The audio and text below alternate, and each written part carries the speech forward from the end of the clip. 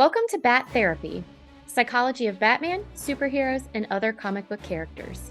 Be a fly on the wall or a bat in the cave, listening in on a friendship built out of a love for talking Batman, comics, and the everyday struggle to achieve mental health and happiness.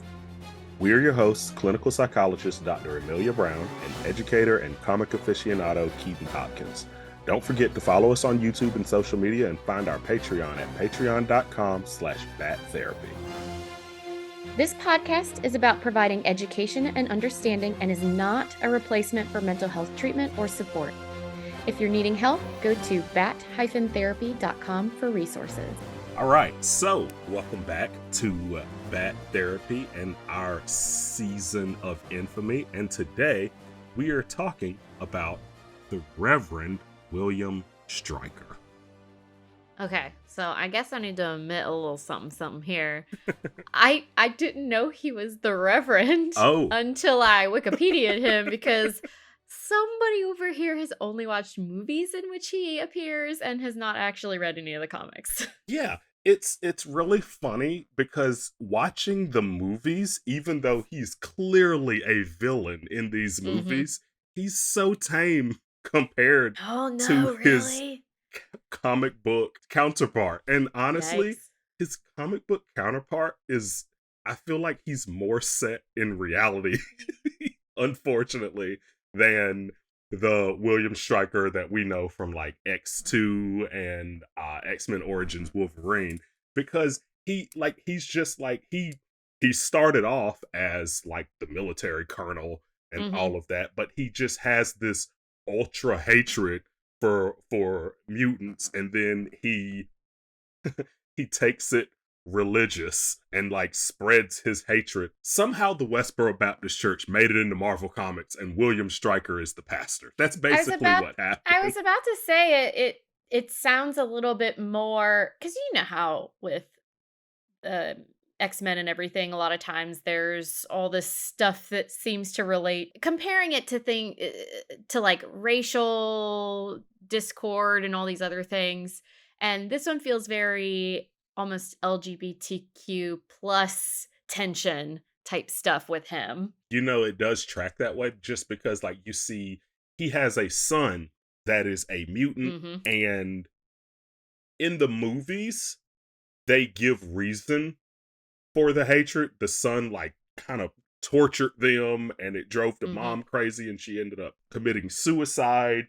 But in the comic books, as far as I know, his son's a mutant and he just hates them. Like, I think in the original continuity, he killed his wife and son once he found out his son was a mutant. And then later on, he kills Jason Stryker. And then later on, they do it very similar to what they did in X2, where he uses his son and he uses mutants as a way to do evil things and get rid of mutants. He's a very sinister character. It's funny I say that because there's a more evil character named Mr. Sinister in Marvel.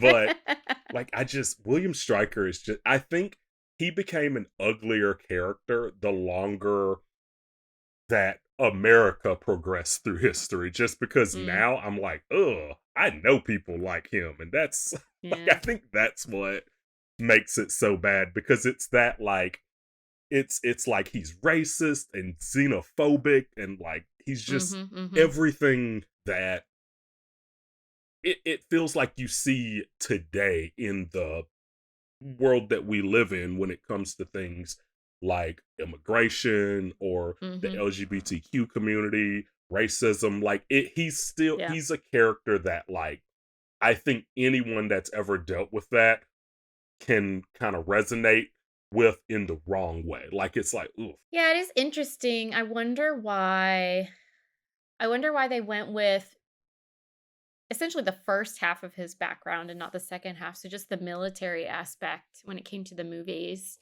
It definitely, it plays for a different kind of villain when you have the military component that someone's playing from. And like you said, given more reasons in some ways in terms of why would you be afraid. So there was more of a fear of survival that was also probably tied to some other stuff going on. I mean, it was kind of a convenient out, but you have all this conveniency of the convenience of being in the military, and here's doing it for the country and for humanity and humans and da da da, versus with the religious take, at least from what you're describing, seems a lot murkier and more just kind of different in terms of not having that same survival piece to it. Well, and what's really, really interesting is I remember like when I first used to read comics with him in it, at the time, I would read it and be like, oh, this is so far fetched. This is so fiction. Like, there's no way like a pastor could talk people into being filled with hatred for another group of people. Like, that would never happen. Like, I remember as a kid, like, read that because I grew up a church kid and all that. And so, like, reading that, I'm like, oh, he's such a villain. And his followers are clearly like, just, that would never happen. And like I said, this is what makes William Stryker so scary, because reality grew Yeah. into him instead of Yeah. instead of him staying a very far-fetched villain. It's one of those things like, that could happen now. Like, we're in an age now where we're just like, anything's Well, possible, and and unfortunately.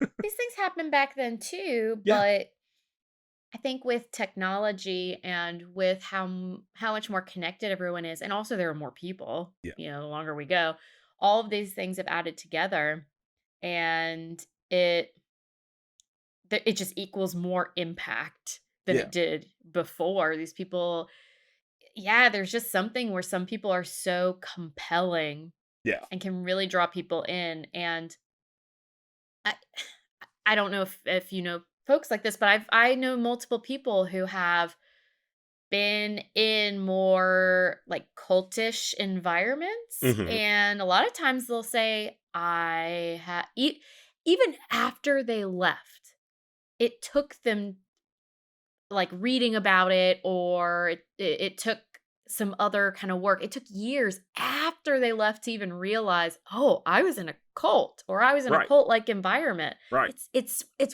wild how all of these things can work together. Well, and the thing is, what if we're talking about movie William Stryker, one thing that he is just so good at doing, it is manipulating people Mm, and making them think that they have that opinion when he's controlling it all along. And it was so interesting mm, watching X-Men 2, which honestly, that might be my favorite comic book movie opening of all time, with Nightcrawler in the White House. Like, yeah, it is such a cool scene.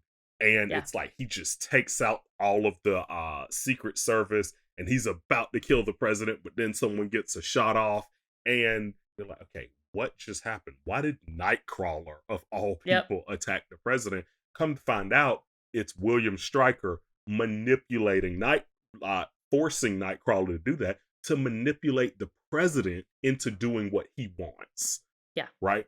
He put the president in a state of fear where he can say, I told you so. Right? yeah, And that, I feel like that happens to us a lot in life, where something bad will happen, and then someone will come in your ear and justify that mm, as being, as something bigger or something to sway you, right? Like, I yep, remember I remember there was a time where I was like I've talked about, I have like a fear of dogs, right? mm, I have a fear of dogs, and in this case, I might have been like the villain, because I had a friend not afraid of dogs at all, and she tried to pet a dog, and it snapped at her, and she was afraid, and I was like, "See, exactly." And it's like, no, all dogs are not bad. I have a fear of dogs, and the moment she had a bad experience with one, I was right there in her ear, and I was like, this is what I've been saying all along, right? And so in that case, I your was supervillain name would have been cognitive Right. The anti-canine, right? Like, I'm just like, right.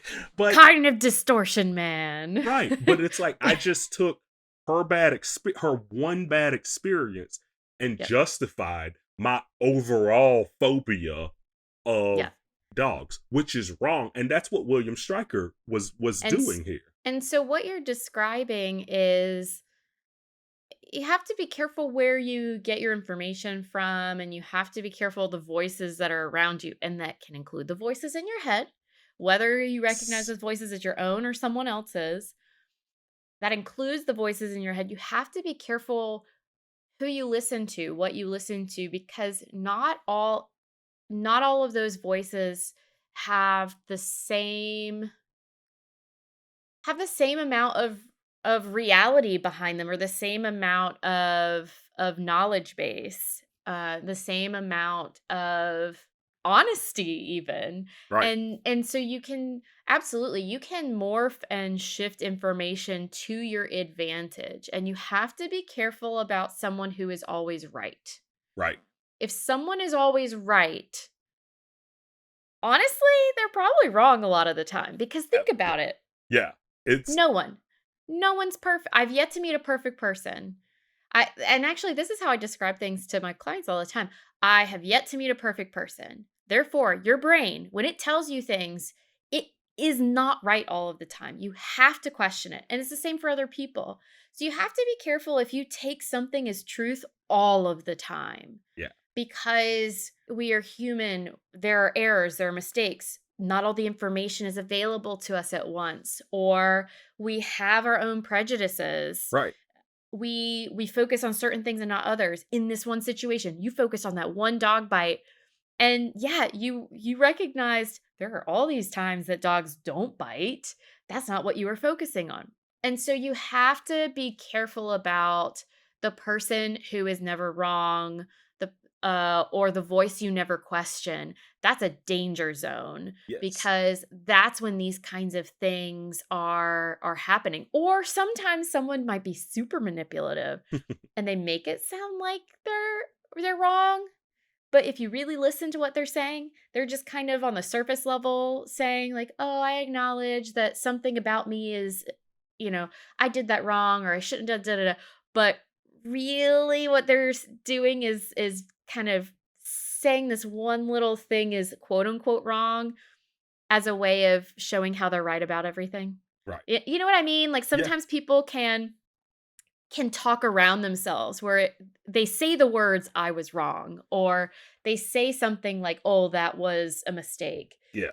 But then if you listen to the whole conversation, no, they were saying the exact opposite. Yeah. So you have to be even more careful about the people who seemingly acknowledge their flaws or the things they were wrong about, and yet you don't ever question them anyway. It's like, Right. oh, they And talked around that somehow. or there are those people. Yeah, because some people, they can like use the perfect vocabulary Yes. to say something super horrible, and you don't really pick up on it, and then you're like, Mhm. wait a minute, they just said that was okay. That's Yep. not okay at all. And it's Yep. but they say it Or in just the right way. or this is my pet peeve, and men are more likely to do this than women. I Hey, don't hey, hey, hey. I don't know why, and I don't know how true it still is, but at least so they did this I don't remember if it was a study or an experiment, if they were manipulating anything or not, but they looked at school children and essentially, or in academia or something, and they saw that women would only go to answer a question if they were sure they were Mhm. right. And then the men or the boys, I can't remember how old they were, they would answer even if they weren't confident about it. Just And bold. so yeah, and I think it has probably something to do with how we're raised and all that stuff, but it's a pet peeve of mine. That's another thing. Pay attention. People will talk confidently about something that they don't know. Yes, they And will. Oh and my so I will gosh. assume if you speak confidently about something, that means you know that you know it. Yeah. I But there are many people who will speak confidently and they're not sure. Yeah, and I don't know. it's those people are extremely dangerous, and yeah, it's always funny when someone is just an expert at everything, at everything. And it's something that I try and teach my students. I try and teach, like, I honestly, whenever I teach my students at the beginning of every school year, I try and teach them to be able to find things for themselves. And the way that I do Mm. that, I always do an exercise where I'll pretend that first day we're taking serious, heavy notes, and I'll just start spouting stuff off and writing it down and just saying all this stuff. And they're just like frantic and writing it down and doing all this. And I'll tell them to drop their pencils, and I'll say, hey, none of that's true. None of it's true. That's brilliant. I Oh. used huge words. I used great vocabulary, but none of it is Mhm. true. Yep. And the reason I tell them that, I said, in this room, in this science classroom, I'm probably the smartest person in this room when it comes to science. I said, but you are only as smart as where you are standing on the planet. And the example I give them, I say, listen, I'm not on TikTok. I don't know how to use TikTok. I guarantee you, all of you have TikTok on your phone. All of you know how to use it. I don't know anything about it. In the realm of TikTok, you are the teachers. I'm the student. Mm. If you drop me off in the Amazon rainforest right now, I could probably identify several species. But I don't know how to survive. I'm gonna get eaten by an anaconda, and that's what would happen to me if you suddenly just drop me in the Amazon rainforest. I'd touch the wrong frog, and no more bat therapy. Like, that's what would happen. You're only as smart as where you are standing, standing on the planet. It's like the Crocodile Dundee effect. In Australia, he's the king. In a And I city, think kind of that's lost. yep, that's another red flag, right? So someone who's never wrong and it's no matter what. So somehow, no matter what environment they're in, so either it's no matter what environment they're in, somehow they're still the big dog, they're still the person with the most knowledge, which is not possible. You gave a great example. Or they say, all those other environments, all those other places are dangerous. Don't go to them. Because why? They're not they're not the big dog in those places. Yeah. And when it comes to William Stryker, the military gives him some obvious helpful pieces to it. So if you're high up enough, you can say a lot of things, do a lot of things, get away with a lot of stuff. It's why I mean, it's why you get all these important things done, and you need this hierarchy, but it's also why, for example, military sexual trauma issues and dealing with that has been such a huge issue, is people can be high up and not necessarily a moral person, and all these issues happen. It's just Yeah. how things like that would happen in a structure. So he has that to his benefit, and he does have kind of that flair to him. He's someone who's gonna command a room. Yeah, he absolutely commands a room, and whenever he's not the person in command, he's pulling strings to control the person in Yep. command. Because even in like X-Men Origins, I'm like, how is he justifying experimenting on mutants right now? And Mm. you hear him talking to his, like, basically his boss or the general in the movie at that point, and he's like, huh, America's not going to be on the back lines anymore. We're going to be able to control things. We're going to be in the limelight again. Like, he's saying everything that general wants to hear, to be like, yeah, stars and stripes. Like, he's saying that Yep. to justify the fact that he is experimenting on Yep. mutants and doing these horrible, horrible things. And he's hiding the worst parts, right? He's hiding the Yep. fact that he, like, shot up a village of innocent people. He's hiding the fact that he has no issue torturing and killing. He's hiding all of that underneath, look, I'm trying to help America. Mhm. And his bosses, of course, the president, the general, the only thing they're thinking is, yeah, helping America is the most important thing. But not what he's actually doing. And so it's really, he's a he's a very interesting villain to watch because not only is he able to manipulate the people, he's manipulating the very thing he dislikes, Yeah. right? He always has mutants working for him. I found that very interesting too, Yeah, where here is someone who the very thing he fears, he hates, he wants to get rid of, he's literally got next to him the entire time. yeah, And yeah, that is so interesting. But it was also very interesting kind of how, cuz I was asking myself, how is he explaining that away to him? And there was one scene that really stood out to me where in X-Men 2, he essentially lobotomizes his son so that he once again he's manipulating. And so he's using his son to control other mutants. And I think it's Professor X asks, "How could you do that to your son?" And he says, My son is dead," or "My son yeah, died a long time ago," or yeah, something like that. I think it was "My son died a long time ago." And that was a big key point. I think he in particular finds ways to separate the humanity out in some ways and then seeing them as almost objects. These are objects. He depersonalizes them, I think. And I'm going to use this one weapon to kill this other weapon. yeah, And I don't want to know what happens to the weapons he's using once he accomplishes his goal, because yeah. that's yeah.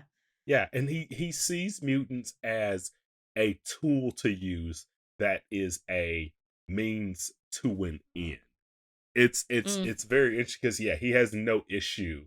He has no issue whatsoever using them as tools and disliking and but it goes all the way back to even our past conversations where we talked about like Captain America Truth and like the Tuskegee experiments and how they just experimented on African Americans wrongfully mhm. as a and they justified it by saying, hey, but we're trying to cure this disease. Hey, we're Mhm. trying to do this good thing. And that's the way he does it. It's like, hey, look, Yep. Mr. President, look, this mutant almost killed you. Yeah. Let me dig a little deeper and see what's Yep. happening while he's also doing other things behind the scenes, but he's given just enough power to do what he wants after manipulating someone. The same way he wanted the Weapon X program to proceed, and there was only one Mhm. person that could do it, Wolverine. Okay, how can Yep. he manipulate Wolverine? In X-Men Origins, oh my gosh, he is just the ultimate puppet master in Yeah. X-Men Origins. He's controlling Victor, he's Mhm. controlling Wolverine, he controls all of the Weapon X characters. Like he I controls mean, he had his own Silver mutant Silver posse. Silver Fox. Is that her name? Oh, I don't the know. the girl the love interest in X-Men Origin. He's controlling her because he has her sister Mhm. captive, who in this continuity is Emma Frost, which Yeah. was yeah. All right, so Okay, I mean, okay, you're not so yeah. what? 'Cause Deadpool, okay? Yeah, yeah, yeah. That yep, that's Deadpool was a Deadpool. far worse offense. Can we talk about how Ryan, like when I was talking when I was rewatching this movie, my wife made a great comment. She said, "Can we talk about how Ryan Reynolds was so good in the small snippet of Yep. X-Men Yep. Origins Wolverine that they were like, you know what? We We'll let need you to fix make it. full Deadpool with Yep. this guy because Yeah, we'll like let he you fix nailed it. it in just the few lines that he had. He was so He good. He was he so great. really he really did nail it, to the point where you think to yourself, "Man, that director might have thought to himself, maybe we Well, shouldn't do so this." I'm not gonna lie. I follow Ryan Reynolds on Instagram, Mm. and I'm not convinced that he hasn't just become Deadpool. I'm gonna be He honest. might have been Deadpool all along. Right. I'm pretty sure. Yeah. I'm gonna pretend I'm a He comic is book expert typecast here, for the most and part. I'm gonna say that Ryan Reynolds was born Deadpool and then Yeah. happened to play him. Like, I think that's what Yeah. I I think that's a reasonable. Yeah. Yeah. Ryan Reynolds, come on our podcast and talk to us about that. Hashtag Ryan Reynolds. Hashtag Deadpool. But I'll yeah, there were some interesting things, but Deadpool was probably the most interesting of the changes. They were trying to throw in a bunch of people, which was fun. That was enjoyable, but some of the changes are interesting. But yeah, and the thing that's interesting about the in X-Men Origins is that Stryker is clearly manipulating all of the people in the Weapon X program, and some Mhm. of them are fine with it because they're like, "Pff, I like killing people, like Yeah. Zero Mhm. and Victor. Yep. They're just kind of cool with it because they're like, I'm all about violating the Geneva Convention anyway. Like, who Victor's cares? like, "I know you're full of shit and Yeah, I'm on board." yeah, and I'm here for it. Who do I kill next?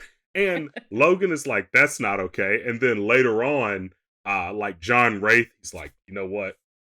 He's not cool. That's messed up. And my boy, what's his name? Dominic Monaghan, he was just off. He's like, you know what? I'm gonna leave and just join the fair. Like, I'm out. Wow. I'm a Yeah. dip and just join the fair. But like, yeah, and all along, like, but certain people like agents like Zero, he stuck by him. He was completely fine with it. Yeah. He's like, you know what?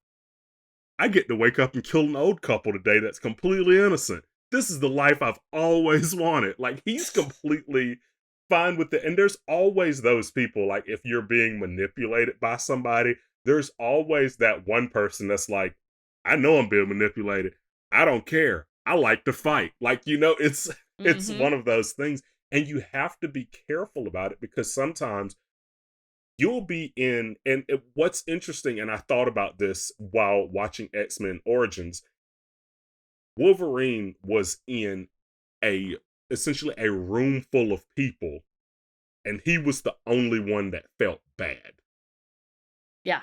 Yeah, yeah. And so many times we can be in that situation and we think we're the oddballs, when in reality, we Yeah. just happen to be in a room full of people in the wrong. Yeah. Right? And It's and a yeah, I feel like it's a that very good happens point. so I feel like it happens to every person at least once in life where they think they're the odd person when in reality they just happen to be in a room full of the odd people. Yeah. Yeah, there's a lot of interesting group dynamic stuff out there. And I mean, it's all complicated because groups can just vary so much. Just one simple example is culturally. What cultures do people come from is Yes. going to affect how a group does things. But even so, it can be really interesting because so absolutely when you're in a group, a lot of times there's a majority voice that's going to come into play. It's either the loudest voice or the one that has the most consensus, but Mhm. essentially you have what seems to oversee the group. And yeah, if you're not in consensus with the group, especially if it's more authoritarian like this, Yeah. if it's and hey, if people are being violent or very threatening about how they treat people that disagree with them, oh boy, there's going to Yeah. be a lot of reasons to not say anything if you don't agree with everyone else. Yeah. But there's also groupthink. So they'll look at things where all of a sudden you have a group of people go and ravage an area of town or something, or say all these terrible things, and a lot of times people will step away from that and almost be shocked. Right. They might almost be shocked about, I can't believe I did that," or how did I get to that point? And so sometimes too you have to be careful because when groups come together, a lot of times you might inadvertently become more and more extreme versions of Like yourself mob in a certain mentality. way. Right. Yeah, there can be Right. this mob mentality that can happen. And so having a group of different people is great for things like brainstorming or being creative and coming up with new ideas. But if you do it wrong, you actually halt the ideas and you have less creativity and less information sharing if Yeah. you don't do it the right way. And it's always like whenever you're in those situations, it's all like there's nothing wrong with pausing to think.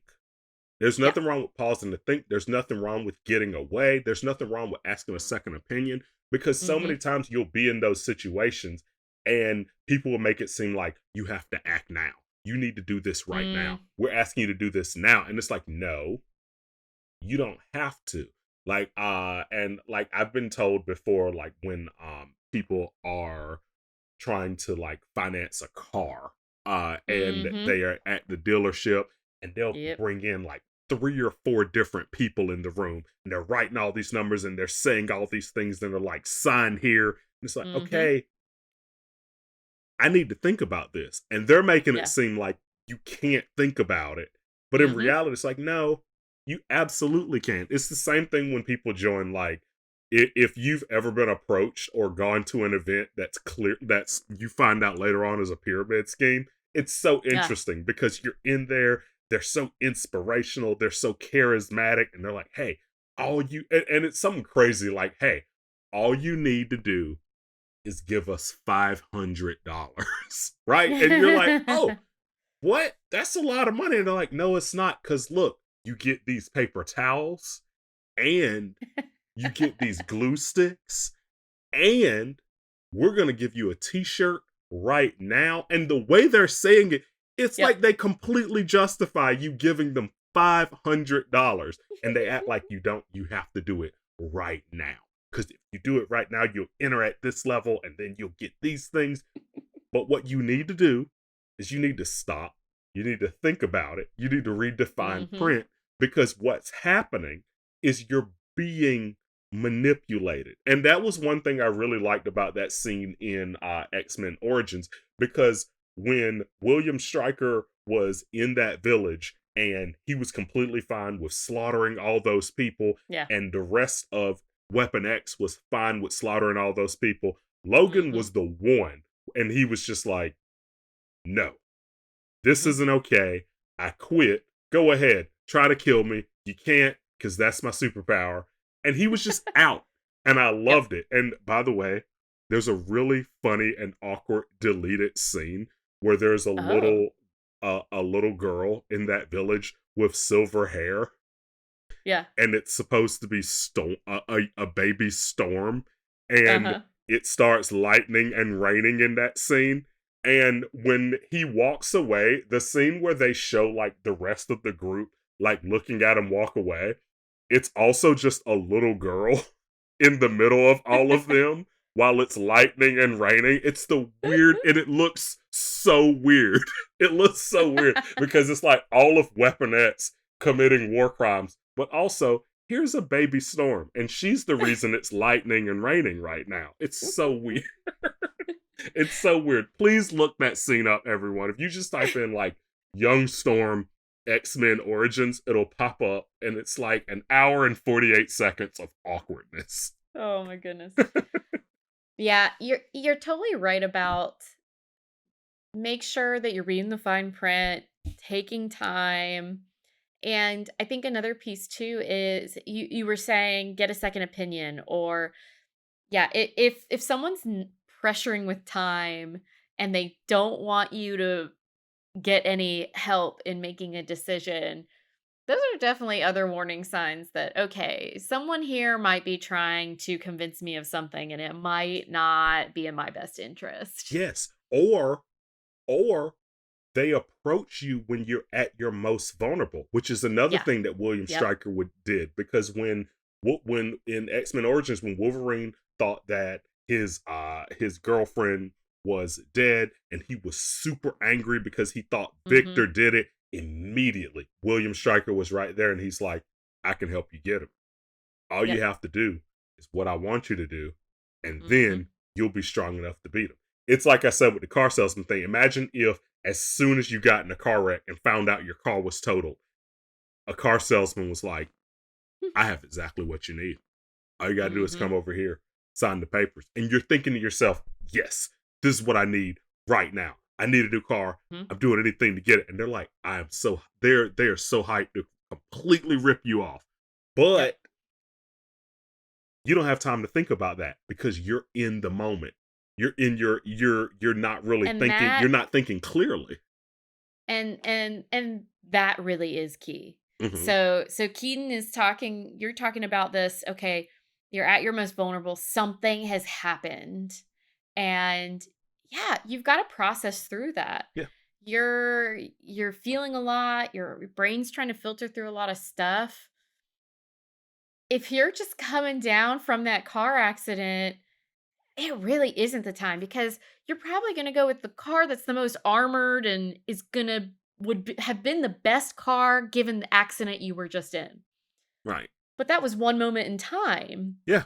You have to have time to process through those extreme moments so that they can kind of average out into the rest of everything. So you can make a decision based on everything, not just this one point in time. Yeah. But yeah, someone who's trying to manipulate, someone who's trying to take advantage, they're looking for those trigger points. Yeah. And they're really going to stick to, yeah, you're right. He does really get Wolverine right at the pristine moment. Yeah. Oh man, you see this look Yeah. on Wolverine's face when he realizes that he was had Yeah. and he went through this brutally painful, but like literally the person about to put him through it was like, yo, this is gonna be terrible. Here's what I suggest you do to just try and hold on. He goes, trust me, I've been through worse. And they went, no, you No, haven't. you haven't. You And really haven't, bruh. that scene, you're just like, oh shit. Yeah. Yeah, yeah. And but like you said, the expert in the room, he's like, psh, I fought in the Civil War. I've got this, right? Like, he's like, I've been hit by a cannonball. I've got this, right? He's the expert in that situation. And that one doctor, she's just like, nah, but really though, this is really gonna suck. Like, I'm trying to tell you, Mr. War Hero. Like, I'm trying to tell you, this is not gonna be like Vietnam. Like, this is really, really bad. And he's And when like, you no, I go, got this isn't like Vietnam, this is really, really bad. Oh no. I know, right. Oh no. Right, exactly. Like, it's one of those things where you look at it and 9 times out of 10, Wolverine would probably be right. I've been through worse, especially knowing I his mean, I would history. argue like 999,999. Right. He would be completely right. And Yep. after this, he is right. After this, after he lives with this, fine. Wolverine, you know what? You've been through worse. You have. Oh, but no matter here's the what irony. happened. Here's the irony. It don't count. He don't remember. Right. Right. Oh, right. can I mention a catch point that I can't get over in Origins? It doesn't have to, well, it kind of has to do with William Stryker because he chooses, okay, so he's got the adamantium bullets, Yeah. right? And he goes, well, I'm going to go and I'm going to get my weapon Wolverine, and here's what I'm going to do. I can't kill him, and I don't really want to anyway, because that's a cool weapon I can have. I'm just going to shoot him in the head. And he's like, because he'll still be able to remember how to function and da-da-da, but he will lose all of his memories about who he is. Very convenient. And I said to myself, that's not how that works. Right. Okay. So, and it's okay. So he shoots him like in his forehead. Right. Straight. And it looks like it doesn't go too terribly far, but even if it does, it makes no sense. Yeah. It makes no, because he essentially says, there's a lot of that movie that doesn't make any sense, but yeah, that is one part. he essentially says his brain will repair itself, but not in the way that I don't want it to. Right. Yeah. Because okay, you're only damaging the parts of his brain that have to do with memory. First off, that would be difficult to do. Second of all, you aimed wrong. Yeah. Because he would be hitting the prefrontal cortex. And so that's going to be a different kind. That's going to be your working memory. That's going to be, you can't hold on to new information. Yeah. Gotcha. It also is probably gonna change your personality. It's also gonna make it hard to regulate your emotions. Not that Wolverine was ever good at that, but it would make him worse at it. Uh, and and yeah, so I was like, okay. So I wasn't really a fan of that. I would more believe because I think in X-Men 2, I think they said his memories were lost during the adamantium process. That's definitely what they made it seem like. That would make more sense to me because it could be more of a trauma kind of thing, and also that could affect you in a way that's not as targeted as that bullet was, and Yeah. so, okay, that could, like, toy with your brain in a different way. So that one I believed more. Now, here's something that's interesting. There's another deleted scene in Oh. X-Men Origins that makes William Stryker even more of a master manipulator.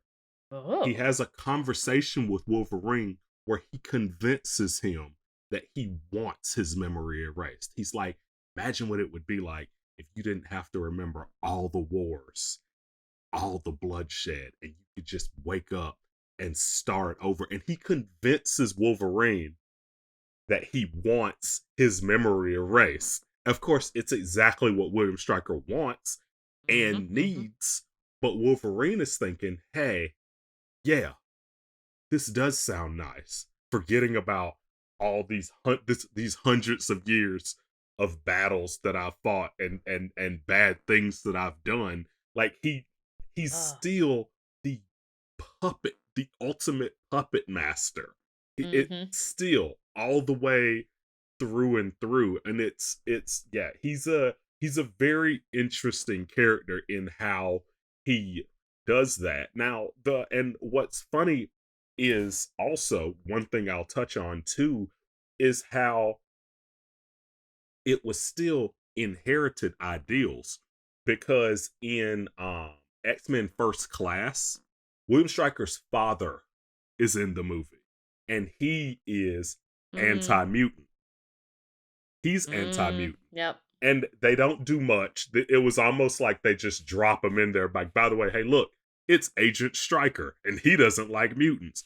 And then later on, in those sequels, they throw his son in there, and he doesn't like mutants. And so I always thought that was interesting because even though William Stryker is this character, it's like, oh, he has his own reasons for hating mutants. It was still an idea that was passed down Yeah. from a source of trust, a Yep. parent, a parent that says, hey, don't do this, don't trust this person, don't like this Mhm. person. It's still coming from a person where it's like, oh, of course I'm going to listen to them. and Yeah. and I just thought that was also very, very interesting because there's so many times where we may be talked into doing the wrong thing because of who the message is coming from. Oh, absolutely. Well, and that's the thing is that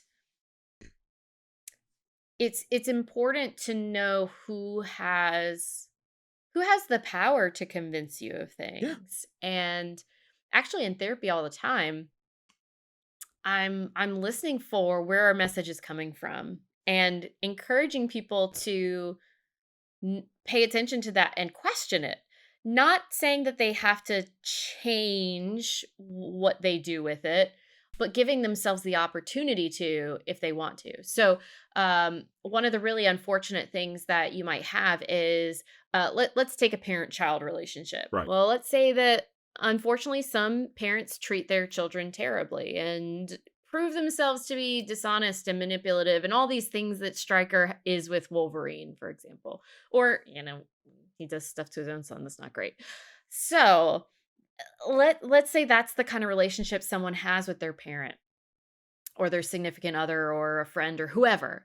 But then they come in and they're talking about all these things about themselves and you're like, "Oh man, where does this idea about how terrible of a person you are? Where does that come from?" Yeah.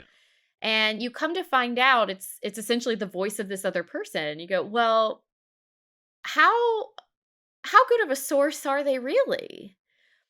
And that's the thing is we can innately just take a source at its word, and it's really important to really look at it carefully and consider, hey, is this actually a reputable source? Is this someone that is worth listening to? Because sometimes you're just drawn into it, Yeah. and it can take a lot to rewire yourself to stop Yeah. just falling in line with that person and what they're saying. And that is what makes comic book William Stryker that much more terrifying, because in the comic Oh. books, he is a pastor, he's a reverend. People Mhm. look at him as Yep. a moral compass. They're like, Yep. hey, if I can trust anyone, I can trust Mhm. this guy to lead me Yeah. in the right direction. And he's leading them completely in the wrong direction, right? Yeah. And Yeah. they're that much more in on it because they're like, hey, not only is this a moral compass, but as a religious person, I see Mhm. this from an eternity standpoint. Like I need, Yeah. like I don't want to listen to him. I need to listen Mm. to him. And so he Yeah. really, it's funny because I look at how much he has people in the palm of his hand in the movies, and compared to the way he has people in the palm of his hand in the comics, it's like, oh wow. That's Well, and yeah. oh, yeah, it would be totally different because, yeah, a religious person who is in a point of leadership, that's totally different Yeah. than someone higher up in the military or in politics, or in this case, he's kinda traversing between the 2. Yeah, those are totally different. Yeah. And you might still follow someone very strongly, but you're absolutely right. I mean, the kinds of things that you're hitting on with religion, if you're someone who does feel strong ties to that religion or that belief system, a lot of times that's gonna hit a lot deeper, I guess, in certain And I ways had a question for you versus. about that too. Yeah, I mean, with Stryker, the military person, I mean, people feel very loyal, and there's a lot of commitment and beliefs and stuff there. But you also have a lot of people where it's like, well, I have to follow him; it's the rule. And actually, if you have that there, sometimes that Yeah. helps Yeah. Especially because with the military standpoint. It's like I'm just following orders. exactly. So I think I've mentioned this. It's been a while, like way back when, but they did a study once where they had people lie. They did a really boring study, and then they were supposed to lie to the next person coming in and tell them that it was actually fun and interesting. And they paid you $1, or I think it was $20. And if they gave you $1, you actually ended up thinking that it had been more interesting than it was, versus if they gave you $20, you said, "No, I lied because I got 20 bucks."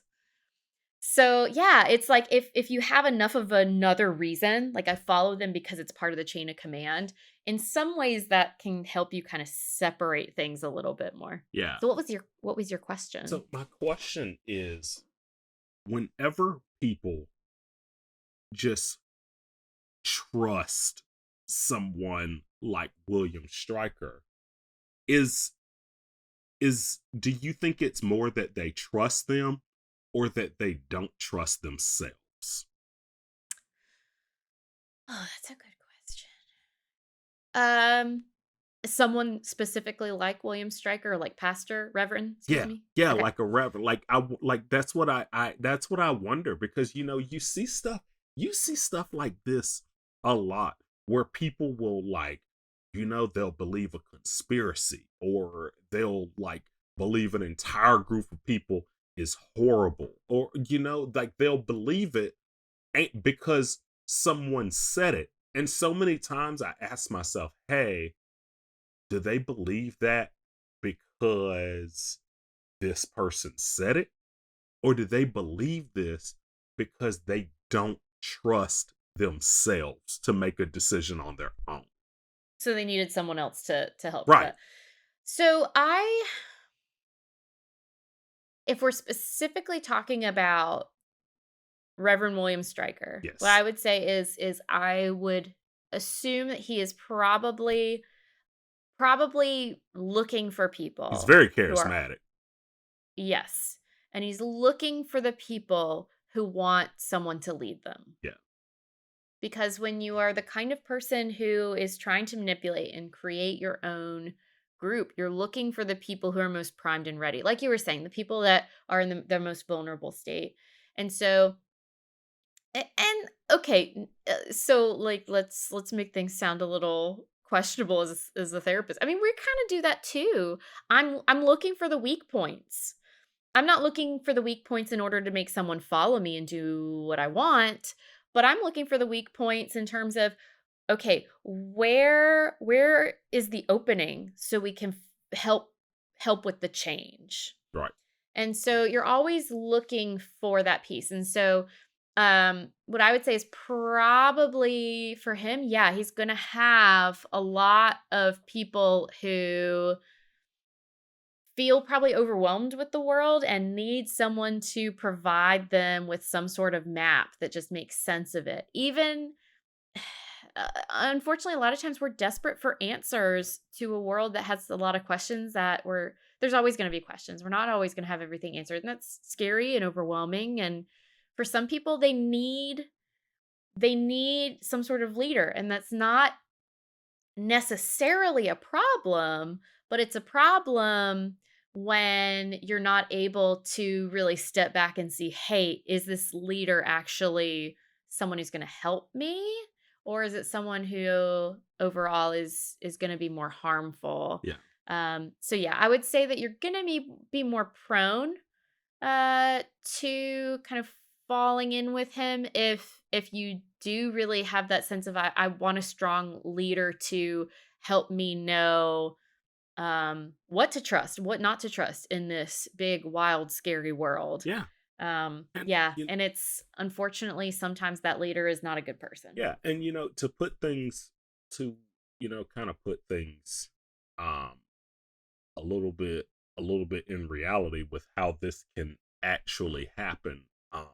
A friend of mine, he showed me a website, and all the website did was report crime that happened in our country. Mm, However, the crime that it reported was crime where African Americans were hurting uh, white people. It just so happened to be a website like that where ah, it was just only reporting that. yikes. And so using that website, what someone would say is, look at our country and what is Hmm. happening, and completely steer you against an entire group of people based Yep. off of this one thing you are seeing. And it just, and it's what blows my mind is how often, so many times, comic books are set in reality. Like, we're Mm. talking every week, Amelia, we talk fiction, we talk fantasy, we talk the craziest things, but it's so often set in reality and is a direct portrayal of society that's right now. It's Yeah. mind-blowing, and at times it's scary because it's Yep. like we're talking about William Stryker right now, but at the same time, we know people like not only Colonel William Stryker, but the Reverend William Stryker. Yeah. Like, we know people out there that are like that have the puppet strings where they're Yeah. swaying you one way or the other. And it's one of those things where it's like, I wish I could tell everyone on the planet, hey, pause, think for yourself, make a choice. Right? Yeah. It's like there's so many times where I'm just like, listen, there is nothing wrong with pausing. There's nothing wrong with looking up that Facebook meme that you just saw and seeing if it's true before you click the share button.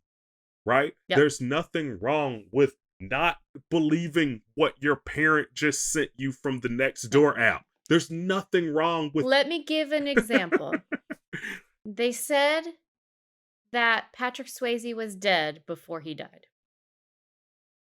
He lived, I think, at least a few more years, actually. Yeah. There was a time where people were saying They he had announced it died or was dying, super or and early. he's yeah, and he wasn't the only person this has happened to. Yeah. Heck, I mean, back before all this technology and stuff, they put out a newspaper with the wrong president. You know, what was that 100 years ago? Yeah, I do. Oh, yeah. 150? I That don't was. know. So, yeah, you do have to be really careful. And here's something to keep in mind as well. It's not just these manipulative people out there who are trying to convince you of something. Your own brain will literally try and convince you of things. There are certain things that you believe, and when you see information that does not match, your response, there's no ifs, ands, or buts. Your response will be, well, that can't be true. Look at that and pay attention to it, because are you responding to the fact that the information you're looking at, well, okay, that information, it's flawed or it's missing something for some reason? Or are you reacting to it purely because your brain believes something and therefore it's become rigid? Right. Because we often, when we think it, our assumption will be that it's probably true. Yeah. And yeah, we misremember things all of the time. Just think about any kind of situation where you've argued with someone because you both were there and you remembered it differently and you both know that you're right. I'm the one that put this away. No, I put it away. And neither one of you is lying. Yeah. So be careful, because you can also inadvertently be the person coercing. Yes. You could be coercing yourself. You could inadvertently be coercing other people, kind of like you were saying with the share Yes. button. Check what it is before you share it. Look at the original source. Also, what I would argue, do not rely on one source. Do not rely on one author. Do not rely on one person's voice, because that gives you one perspective. Yeah. And life is not simple. And so if all the information 100% agrees with itself and it's black and white, you're probably missing some of the data. I have a really funny example of that. I had a friend in college, and he despised Starbucks. Like, he hated Starbucks, and like whenever we would be studying late at night, the only option would be Starbucks, because there was like a Starbucks in our library. Like, the only option was Starbucks, but he hated Starbucks, and he was like, "Don't go there, horrible company, blah blah blah," and like he would just go in on it. Finally, years later, after missing out on Starbucks because he insisted on it, I was like, "What is your deal? Why do you not like Starbucks?" And he told me the reason he does not like Starbucks is because one time, Oh no. it took forever. He was running late for work. It took forever for them to make his Starbucks, and he ended up getting a ticket because he ran a red light. And that night, I stopped studying.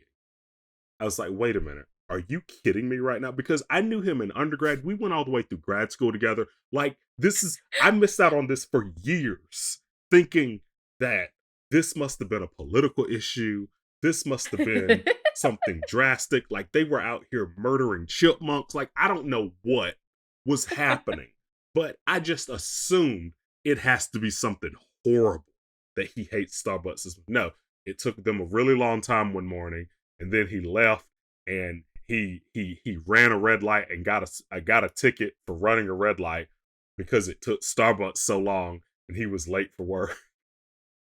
And I'm like, I spent so much time trusting him and hating Starbucks, when in reality, that was him. Like, he ran that red light. Like, this was some weird personal vendetta where he was like, I insist on shifting the blame to someone else. And he spread it to me. I went through all of undergrad with no Starbucks. He was your Reverend William Stryker. Yes! Because of him. So do your research, people. That's all I gotta say. I went through undergrad, no Starbucks, because I could have sworn it was the worst company on the whole planet. Like the way he describes Starbucks, you could not tell me otherwise that they weren't LexCorp. Like weren't. Like there's no way they are not LexCorp and also like IOI from Ready Player One, like every villainous corporation, like MomCorp from Futurama. Like that's the way that he made Starbucks seem. And then come to find out years later, he's like, oh yeah, I got a speeding ticket. I got like a red light ticket because I blew through a light. And now I'm just angry because I just went through years without specific kind of coffee, trying to stay awake through all-nighters in the library when I had a source right there. He didn't even let you have Starbucks? Right, he was he made it. He was very charismatic. All right, everyone. Here's the lesson. He was very charismatic. You have to take a pause. You got to step back. You got to question things. Or no Starbucks for you. And at 2:45 in the morning, studying organic chemistry, it's like, nah, I guess I can't go to Starbucks. They're out here murdering penguins and just like they got to be doing something evil because like he's just really emphatic that they're just an evil, horrible company. And Blonde Roast is great. That's all I gotta say. Blonde Roast is great. I promise we're not being paid by Starbucks here. I'm simply reminiscing on my past. Thanks for nerding out with us. I'm clinical psychologist Dr. Amelia Brown. And I'm educator and comic aficionado Keaton Hopkins. Check out my TV and movie reviews on YouTube at Team JVS. Check out our website at bat-therapy.com, our Bat Therapy YouTube channel, and follow us on social media. And don't forget our Patreon page at patreon.com/battherapy. See you next week. Same bat time, same bat channel.